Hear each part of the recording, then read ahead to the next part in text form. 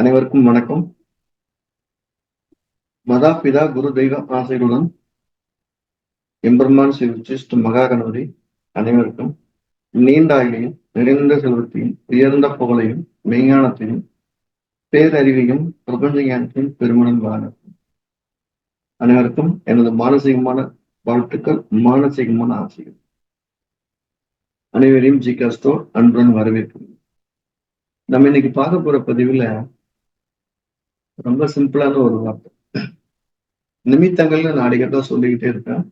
அந்த நிமித்தங்கள் அப்படின்னா என்ன அப்படிங்கறத பார்ப்போம். நம்ம பழைய காலத்துல அசரீரி சொன்னது அப்படின்னு சொல்லி நிறைய வரலாற்று குறிப்புகள்லாம் இருக்கு. அந்த மாதிரி நிறைய வரலாற்று குறிப்புகளை கிடைக்கக்கூடியதெல்லாம் எந்த அளவுக்கு நமக்கு நிதர்சனம்ங்கிறதுக்கு தெரியல. ஆனா அந்த அசரீருடைய இன்னொரு பிம்பமா தான் நான் நிமித்தத்தை கருதுறேன். சகுனமும் நிமித்தமும் சின்ன சின்ன வேறுபாடு. சகுனம்னா என்னுடைய ஆசாபாசங்களுக்கு நான் தேடி தேடி கண்டுபிடிக்கிற ஒரு இமேஜ், ஒரு வார்த்தை. சகுனம்னா அதுவா நம்மளுக்கு உணர்த்தக்கூடிய குறிப்பு, அப்படி ஒரு வேலையை செய்யும். அதுக்கு நிறைய உதாரணங்கள் சொல்லணும். நமக்கு கிடைக்காத பதில்களை, தேடி படிக்க முடியாத பதில்களை அந்த பிரபஞ்சம் நமக்கு நிமித்தமா கொண்டு கையில கொடுக்கும். பாருங்க, கேளுங்கன்னு சொல்லும். அப்படி இருக்கு. ஒரு பொண்ணை காணான்னு போன் பண்ணி கேட்கிறாங்க. அந்த பொண்ணு எங்க இருக்கு என்னன்னு கேட்கிறாங்க, எப்படி இருக்குன்னு கேள்வி கேட்கிறாங்க. அப்ப அந்த பிரசந்தக்கான கட்டையை வச்சு ரெடியா அந்த பலகையை வச்சுட்டு உட்கார்ந்துருக்கு. இன்னும் சோவி எடுத்து போடல. அப்படின்னு உட்கார்ந்தவொடனே ஒரு மெசேஜ் வருது, மோகன் இஸ் கம் ஹியர், இங்க வந்துட்டு இருக்குது அப்படின்னு ஒரு மோகனம் வர்றத மாதிரி ஒரு ஒரு தகவல் வருது அந்த செல்லுல மெசேஜ்.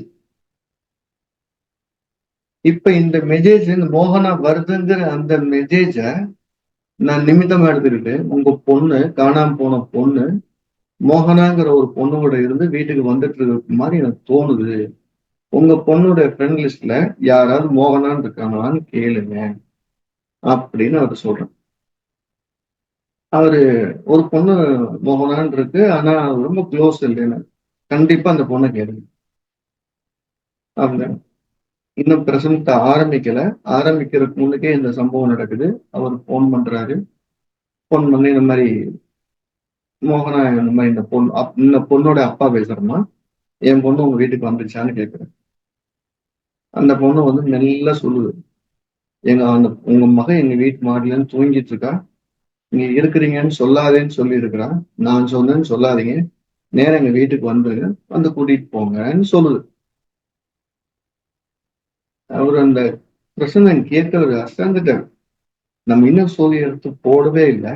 இங்கிருந்தோ வந்த ஒரு தகவல், அந்த தகவல் அந்த நபர்கிட்ட கூட்டிக் கொண்டே கொடுக்குது. இப்ப பலகையை போடுவோமா வேணாமான்னு யோசனையே இல்லை. அந்த பலகைக்கு முன்னால உட்கார்ந்துட்டு ஒரு நிமித்தம் ஒரு மறுபடியும் போன் பண்றாரு. அம்மா, நான் போற வரைக்கும் அந்த பொண்ணு எங்கேயும் நகர்த்திடாதமோ, நான் வந்துடுறேம்மா. நாங்க சொன்ன ஊருக்கும் அவங்களுக்கும் எத்தனை கிலோமீட்டர் இருக்கும் அப்படின்னு ஒரு கேள்வி கேட்கிறாரு. அப்ப உத்தியோகர் வந்து கேட்கிறாரு, யார்ட்டோ அந்த பக்கத்துல சொல்லிட்டு இருக்கிறாரு, பண விஷயமா கேட்டுட்டு இருக்காரு. 50 ரூபா டிஃபரெண்ட்டை பத்தி பேசிட்டு இருக்காங்க. அது காதுல நல்லா விழுது. நான் சொன்னேன், நம்ம இருக்கிற இடத்துல இருந்து உங்க பொண்ணு 50 கிலோமீட்டர்ல இருக்கும், கேட்டு பாருங்க. கரெக்டா அந்த பொண்ணு லொகேஷன் கேட்கறேன், ஷேர் பண்ண. கரெக்டா 50 கிலோமீட்டர் போய் பொண்ணை கூட்டிட்டு வந்துட்டாங்க.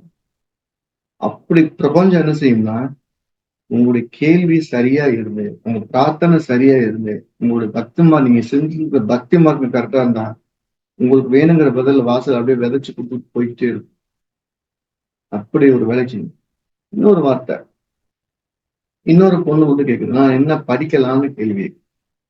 அப்படி என்ன படிக்கலாம்னு கேட்கும்போது, அந்த பொண்ணுடைய ஜாத் அப்படின்னு பார்த்துட்டு இருக்கிறோம். வாசல்ல எங்களோட மருமகள் வந்து, இது நல்ல டிசைனா இருக்கான்னு சொல்லி அவங்க அத்தை கிட்ட பேசிட்டு இருக்கு. அது அப்படியே கேக்குது, நல்ல டிசைனா இருக்குமா, அப்படியா இருக்குமா, அந்த டிசைனை பத்தி பேசுறாங்க. அந்த ஜாதகத்தை பார்த்து அந்த ஒரு நிமிஷத்துல இது ஒரு டிசைனிங் படிக்க வைங்க. ஒரு கார்மெண்ட் டிசைன் படிக்கிறீங்க, இல்ல ஆர்கிடெக்ட் டிசைன் படிக்கிறீங்க. அந்த பொண்ணு கார்மெண்ட் டிசைன் தான் போகுன்னு அடம் பிடிக்குது. எனக்கு அது பிடிக்கலன்னு உங்க அப்பா சொல்லு. கண்டிப்பா படிக்கிறீங்க, அதுதான் படிக்கும். அப்ப அது ஒரு நிமித்தங்கள் அப்படி ஒரு வேலைச்சு. ஒரு என்னுடைய நண்பர், நீண்ட காலத்துக்கு முன்னால் ஒரு நண்பர் சென்னையில இருந்து வர்றாரு. வந்தவரு திருத்தணி முருகனுடைய போட்டோ கொண்டு வர்றாரு. அதோட பிரசாதமும் வச்சு கொண்டாரு. அந்த முருகனுடைய போட்டோவை கொடுக்குறாரு. என்ன பாக்குறதுக்கு ஒரு கோவில் பிரசனம் பாக்குறதுக்கு ஒரு அப்பாயின்மெண்ட்ல சென்னையில இருந்து வந்திருக்கிறாங்க. பின்னால வந்திருக்காங்க. இவர் இந்த போட்டோவை கொடுத்துட்டு நமஸ்காரம் பண்ணிட்டு கிளம்பிட்டார். அந்த போட்டோவை பிரிக்கல, கொடுத்துட்டு போயிருக்காரு. இப்ப அதுக்கு அடுத்து பிரசனம் பார்க்க வர்றாங்க, எல்லா வேலையும் ஏற்பாடு பண்றாங்க. வந்தாங்க, என்ன விஷயமா வந்திருக்கீங்கன்னா குலதெய்வத்தை பற்றி தெரிஞ்சுக்கணும். அப்ப கொண்டு வந்த போட்டோவுக்கும் அந்த குலதெய்வத்துக்கும் ஒரு பெரிய தொடர்பு இருக்கும். கண்டிப்பா ஒரு தொடர்பு இருக்கும். இப்ப அது என்ன தொடர்பு இருக்கும் அப்படின்னு சொல்லிட்டு, நீங்க என்ன தெய்வத்தை நினைச்சு வந்திருப்பீங்கன்னு அந்த போட்டோல இருக்கும், பிரிச்சு பார்த்துடலாம். போட்டோ பிரிச்சு பார்க்க திருத்தணி முருகனுடைய படம், திருத்தணி முருகனுடைய அடையாளங்கள். அவர் எழுதுகிற முதல் கேள்வியை, என்னுடைய குலதெய்வம் திருத்தணி முருகனான ஒரு கேள்வி. அதுக்கான பதில் ஆம். நிறைய கணிதங்களை போட்டு, நிறைய பிரச்சனைகளை பார்த்து, நிறைய உதாரண விதிகளை சொல்றதை விட, அந்த நேரத்துக்கு உங்களுக்கு என்ன சொல்லணுமோ அந்த வார்த்தை அப்படியே மிதந்து வந்து நிக்கீங்க. ஒருத்தர் கேட்கிற தன்னுடைய பையனுக்கு எப்படிப்பட்ட பொண்ணு அமையும் கேள்வி கேட்கிறேன்.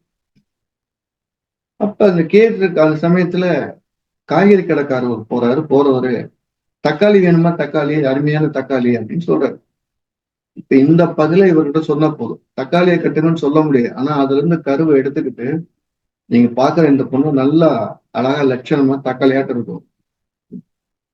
அவர் சிரிச்சாரு. இந்த பக்கம் போன தக்காளி சவுண்டை வச்சு சொல்றீங்களான்னு கேட்டார். ஆமா. சரி போய் பார்த்துட்டு வந்தாச்சு. பொண்ணெல்லாம் பாக்குறாங்க. பார்த்துட்டு இவங்க ஃப்ரெண்டோட போறாங்க. போனவங்களை கூட்டிட்டு போயிருப்பாரு இல்லையா, அவங்க அந்த ஃப்ரெண்ட சொன்ன வார்த்தை, பொண்ணு தக்காளியாட்டு இருக்கு கட்டிக்கிங்கன்னு. இதே வார்த்தையை ஜோசியர் அங்க சொன்னாரு. அப்படி உங்களுக்கு தேவையான தகவல்களை நீங்க எப்படி உட்கார்ந்துருக்கீங்களோ அந்த உட்கார்ந்த இடத்துல அந்த தகவல் வந்து நிமித்தமா விதைச்சிட்டு போகணும். ஒரு வேலை செய்யும். அது ஒரு செயலம். இன்னொன்னு நீங்க பெருமைக்கு வச்ச ஒரு பிரசனத்துடைய அனுபவம் சொல்றேன்.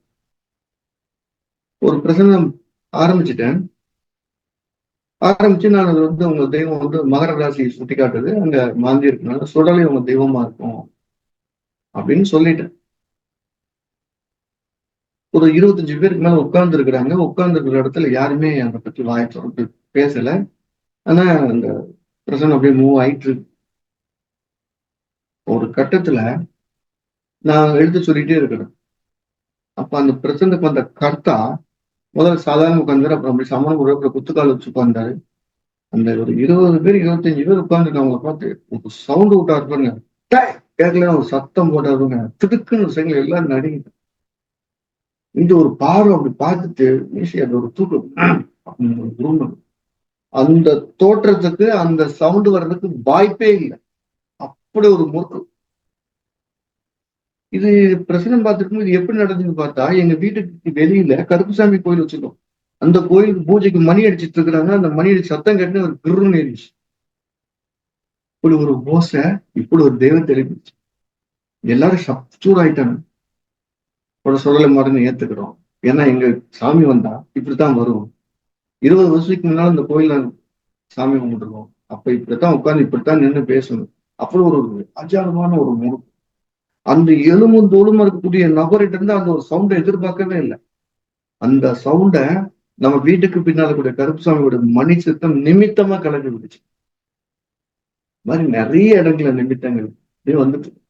இன்னொருத்தர் பணம் கிடைக்குமான்னு கேட்கிறாரு. நான் ஒரு நண்பரை தேடி போயிட்டு இருக்கிறேன், பணம் கிடைக்குமான்னு கேட்கிறேன். பேசிட்டு இருக்கும் போதே செல்லுல ஒரு மெசேஜ் வருது. சார், நான் செல்வகுமார், எனக்கு அப்பாயின்மெண்ட் கொடுக்கணும், ஒரு எஸ்எம்எஸ் வருது. இப்ப அவர்கிட்ட சொல்றேன், நீங்க பணம் கேட்டு போறவுடைய நபருடைய பேர் செல்வகுமாரோ செல்வமோ குமாரோ இருந்தா கண்டிப்பா கிடைக்கணும். சார், அவர் வேறே செல்வகுமாருங்க, கண்டிப்பா கிடைக்கும் போவார். அவர் போனோன்னு எந்த பதிலுமே இல்லாம இவர் கேட்ட பணத்துல 70% பணத்தை இருந்தா இப்ப வாங்கி பேலன்ஸ் கொஞ்சம் வாங்கிக்கேன்னு சொல்லி அனுப்பிச்சிருக்கேன். சார், எப்பவுமே போனா பணம் கொடுக்காத அந்த நபர் இந்த தடவை போனே கொடுத்துட்டாரு. அவர் கொடுக்க போறாருங்கிறதுக்கான வார்த்தையைத்தான் அந்த தகவல் குறுஞ்செய்தி நமக்கு வந்து நிறைய சொல்லலாம். ஒரு ஒரு சரியான நிலையில நம்ம போயிட்டு இருக்கிறோம் அப்படின்னா, நம்ம ஆன்மா இந்த பிரபஞ்சத்திலிருந்து நமக்கான கேள்வியின் பதிலையும் கொண்டு வந்து கொடுக்கும். நம்ம கவனிச்சு சொன்னா போதும். உங்க பக்தி மார்க்கம், உங்க மதாபிதா குருவிற்கு நம்ம மேல இருக்கிற மரியாதை, உங்க வித்த மேல இருக்கிற நம்பிக்கை, இதெல்லாம் இந்த பிரபஞ்சத்துல ஒரு ஓசையை எழுப்பி, அந்த ஓசை ஒரு ஒளியாவோ சத்தமாவோ வந்து நம்ம கிட்ட நின்று ஒரு பதில சொல்லிக்கிட்டே இருக்கு. சொல்லிக்கிட்டே இருக்கு. பிரபஞ்சத்தை படிக்க தெரிஞ்சா போதும். பிரசனத்துல சரிபாதி வேலை அந்த வேலையா, சரிபாதி வேலை. அப்படி ஒரு அற்புதமான வேலைகளை நிறைய சொல்லலாம். இதெல்லாம் பிரசனத்துடைய அனுபவங்களை நான் உங்களுக்கு பகிர்ந்துக்கிற விரும்புறேன். பாகவத்தை பத்தி ஒரு சின்ன ஒரு திருமணம் நடக்கும்போது 7ஆம் பாவத்தை பத்தி கேட்கிறேன். அந்த கேள்வி வந்து 7ஆம் பாவத்தை பத்தி திருமணம் நடக்குமா அப்படியே 7ஆம் பாவத்தை கேட்டுட்டு இருக்காரு. தில் இருந்து ஒரு சத்தம், 8 ரூபாய்க்கு 2, 8 ரூபாய்க்கு 2, 8 ரூபாய்க்கு 2, 8 ரூபாய்க்கு 2, அந்த சத்தம் 8, 2, 8, 2ன்னு சொல்லிக்கிட்டே இருக்கு. அப்படின்னு ஒரு வார்த்தை சொல்லிச்சுட்டு இருக்கு. அவர் கேட்டது 7ஆம் பாவத்தை, கிடைக்கிற நிமித்தம் 8ஆம் பாவம் 2ஆம் பாவம் வரைக்கும். அதனால 7ஆம் பாவத்தை பத்தி இப்ப பேச நிறுத்துங்க. குடும்பத்துல யாருக்கும் ஒரு கண்டம் இருக்கு, அது நடந்த பிறகு தான் கல்யாணம் ஆகும். நீங்க போயிட்டு வாங்க. இல்ல யாருமே இறக்குறதுக்கு ஆள் இல்லை, எல்லாருமே எங்க இறக்கும். சரி இப்படி இருக்கலாம். அந்த ஜாதகம் பார்த்து போன மாதிரி அவர் போன் பண்றாரு, எங்க அண்ணனுக்கு அபார்ஷன் ஆயிடுச்சு. எல்லாரும் வந்து வருத்தத்தில் இருக்கும். அப்படி ஒரு சம்பவத்தை நம்ம பக்கத்துல வந்து சொல்லுது, நம்ம கவனிக்கிறதுக்கு சரியா இருந்தா போதும். எப்பவுமே ஒரு சரியான நபருக்கு இந்த பிரபஞ்சம் சரியான வழியை காமிச்சுக்கிட்டே இருக்கு. இந்த சரியான நபரா இருப்பதற்கு மதா பிதா குருதெய்வ ஆசைகள் என்னைக்கு நமக்கு இருந்தா போதும். ஏனுங்கிற விஷயங்களை அது சொல்ல காத்திருக்கு. எல்லாம் வல்ல அந்த பிரபஞ்சத்துக்கு மேல் ஒரு நமஸ்காரத்தை பரிபூர்ணமா பண்ணிட்டு எல்லாருக்கும் ஜோதிடம் போய் சேரணும் அப்படின்னு நான் விரும்புறேன்.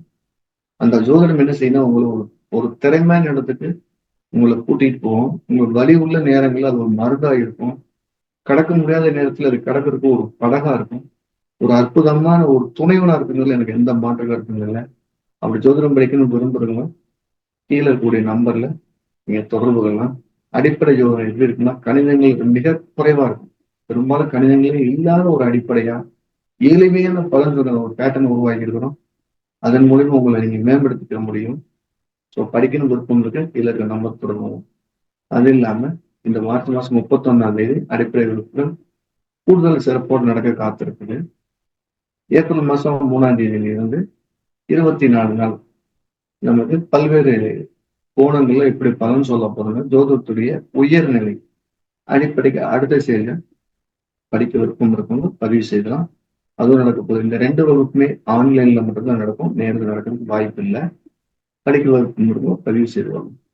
எல்லாரும் ஏதேனும் ஒரு வகையில பிரபஞ்சத்தோட மிகச்சிறந்த தொடர்பு இருக்கும். அந்த பிரபஞ்சத்தை கவனிச்சு மேலும் அடுத்த கட்டத்தை நோக்கி பயணிப்போம் என்று விரும்புகிறேன், வாழ்த்துகிறேன். அனைவருக்கும் சீக்கிரம் வாழ்த்துக்கள்.